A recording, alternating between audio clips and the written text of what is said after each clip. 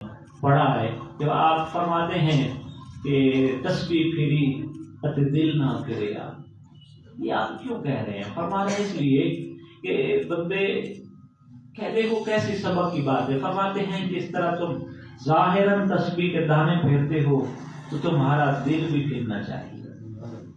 اگر تمہارا ظاہر نہیں تمہارا ظاہر تو تسبیح تو پھرتی ہے لیکن دل ویسے کا ویسا رہتا ہے، ہاتھ میں تسبیح بھی ہو، ذکر بھی جاری ہو، لیکن بندہ ساتھ رشوت بھی دے اور چوری بھی کرے، جھوٹ بھی بولے اور ظلم بھی کرے، مال 2 نمبر بیچے، 2 نمبر خریدے، ساری چیزیں، تو فرمایا پھر اس تسبیح کا کوئی فائدہ نہیں۔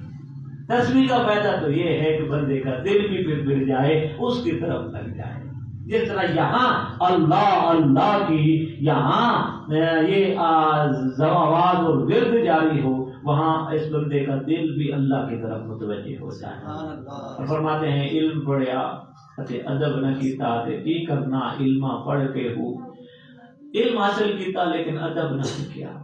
لوگ علم تو حاصل کر لیتے ہیں، بڑی بڑی ڈگریاں لے لیتے ہیں، لیکن ماں سے بات کرنے کا ادب نہیں ہے، باپ سے بات کرنے کا حیا نہیں ہے، باپ سے بات کرنے کا طریقہ نہیں ہے، بڑے بھائی سے بات کرنے کی تمیز نہیں ہے، محلے کے کسی بندے سے بات کرنے کا شعور نہیں ہے، چھوٹوں کے ساتھ بات کرنے کا اس کو سلیقہ نہیں ہے۔ تو یہ ساری چیزیں ایسی ہیں، علم تو پڑھیا لیکن ادب نہ سیکھیا، کی کرنا علما، یعنی وہ علم تو بے فائدہ ہے۔